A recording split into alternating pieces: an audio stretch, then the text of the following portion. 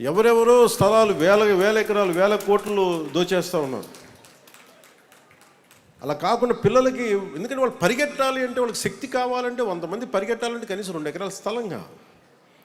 నారావారి పల్లిలో నేను వెళ్తే కనీసం స్కూల్ గ్రౌండ్ లేదు.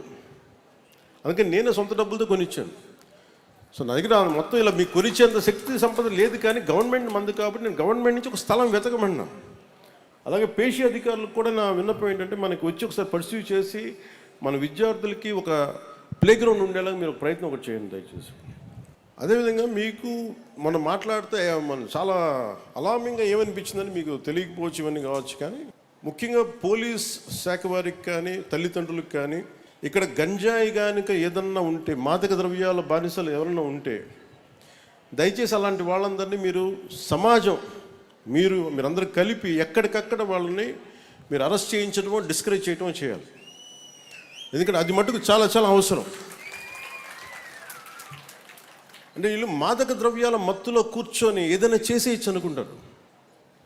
నిజంగా ఇప్పుడు ఇందాక ఆడపిల్లలు వాళ్ళు శక్తి సమర్థతతోటి వాళ్ళు డిఫెన్స్ వాళ్ళకు ఒక ఇటుక పగలగొట్టగలిగారు, ఒక టైల్ పగలగొట్టగలిగారు. అది నిజంగా కనుక అలాంటి నేర్చుకొని ఒకటి సాధించగలిగితే వచ్చే ఈ హై మీకు మొత్తం మాదక ద్రవ్యాలు ఇవ్వవు మీకు. అది ప్రతి ఒక్కళ్ళు, ఎందుకంటే మాకు భయం ఏమనిపిస్తుందంటే, పంజాబ్లో కానీ చాలా రాష్ట్రాల్లో యువత దృష్టి మళ్ళించి ఇప్పుడు ఏదైనా మాట్లాడుతుంటే, నేను చాలా నగరాల్లో వీటన్ని చోట్ల ఏం మాట్లాడుతున్నారంటే అందరూ అసలు గంజాయి అనేది పెద్ద విషయం కానట్టుగా మాట్లాడుతున్నారు. నాకు అది భయం వేసిన వాళ్ళు మాటలు వింటామంటే. అలాంటిది మన సమాజంలో, మన సగటు మధ్యతరగతి మనుషుల జీవితాల్లోకి వచ్చేసిందంటే సమాజం విచ్ఛిన్నమైపోతుంది. అందుకని దీన్ని మీరు దృష్టిలో పెట్టుకొని, గత ప్రభుత్వంలో చాలామంది మాదక ద్రవ్యాలకి పిల్లల్ని అలవాటు చేయడానికి చాక్లెట్ల రూపంలోనూ ఈ ఐస్ ఫ్రూట్ రూపంలోనూ ఇవన్నీ సప్లై చేస్తారని విన్నాను నేను.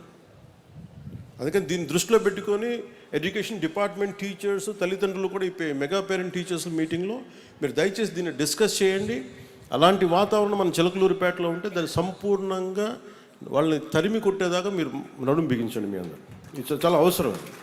ఒక దేశపు సంపద ఖనిజాలు కాదు, నదులు కాదు, అరణ్యాలు కాదు, కలల ఖనిజాలతో చేసిన యువత, వారే మన దేశ భవిష్యత్తుకి నావికులు. ఇది గుంటూరు శేషేంద్ర గారు. ఆయన కోసం ఆయన పుస్తకాలు చదువుతున్నప్పుడు ఎక్కడో చెరిగిపోయిన ఒక చిన్న పుస్తకం దొరికితే, అది ప్రచురణకు నోచుకోకపోతే అది తిరిగి నేను ప్రచురణ చేస్తే ఆ బుక్ దొరికితే దాంట్లో గొప్ప వాక్యాలు ఏమున్నాయంటే, భవిష్యత్తు మీ పిల్లల కోసమే ఉంది మొత్తం అంతా. అందుకు నేను అదే పనిగా ఉటంకిస్తూ ఉంటాను. భూకంపాలు వస్తే ఇల్లు కూలిపోతాయి. ఏమి చేసినా మనం సంపాదించుకున్నది డిజిటల్ మనీ రేపొద్దున బ్యాంకులు కనుమరుగైపోవచ్చేమో, నగలు పోవచ్చేమో, కానీ ఏది పోగొట్టుకోలేదంటే మన జ్ఞానం. తిరిగి నిర్మించగలం. సో అందరూ మెటీరియలిస్టిక్ విషయాల మీద పడుతున్నారు. ఇల్లు ఒక ఇల్లు ఉంటే 100 ఇళ్ళు కావాలి, ఇంకో కావాలంటే 1 కోటి ఉంటే 1000 కోట్లు కావాలి. అసలు ముందు ఏ పని చేయకుండా రియల్ ఎస్టేట్లో పెట్టుబడులు పెట్టేస్తే అవే మనకు అద్దెలకి ఇస్తాయి. అద్దెలు ఎవడిస్తాడు? పని చేసేవాడు అద్దెకిస్తాడు. మేధస్తున్నోడే అది ఉన్న స్థలాన్ని వాడుకొని ఇవ్వగలడు. ఇలాంటి పారాసైట్ మెంటాలిటీ ఎక్కువైపోయింది మనకి. అందుకని పిల్లలకి తల్లిదండ్రులు కానీ అధ్యాపకులు కానీ స్వయం శక్తి మీద నిలబడగలిగేలా మీరు గనుక వారికి మనస్సుని కానీ వారి ఆలోచన విధానాన్ని కానీ ముందుకు తీసుకెళ్తే, apart from your academic abilities అనే మీ టీచర్స్ కాకుండా వాళ్ళకి స్వయం ఈ వ్యక్తిత్వ వికాసానికి సంబంధించిన పాఠాలు కనుక మీరు చెప్పగలిగితే, కొన్ని ఎగ్జాంపుల్స్ చూపించగలిగితే, నేను ఐమ్ సేయింగ్ ఒక బ్రిలియంట్ పీపుల్. ఎంతమంది కృష్ణ తేజాల్ గారు వస్తారో తెలియదు, ఎంతమంది శుక్లా గారు వస్తారో తెలియదు, ఎంతమంది రంజిత్ పాషా గారు వస్తారో తెలియదు, మనకి ఎంతమంది అద్భుతమైన వ్యక్తులు వస్తారో తెలియదు.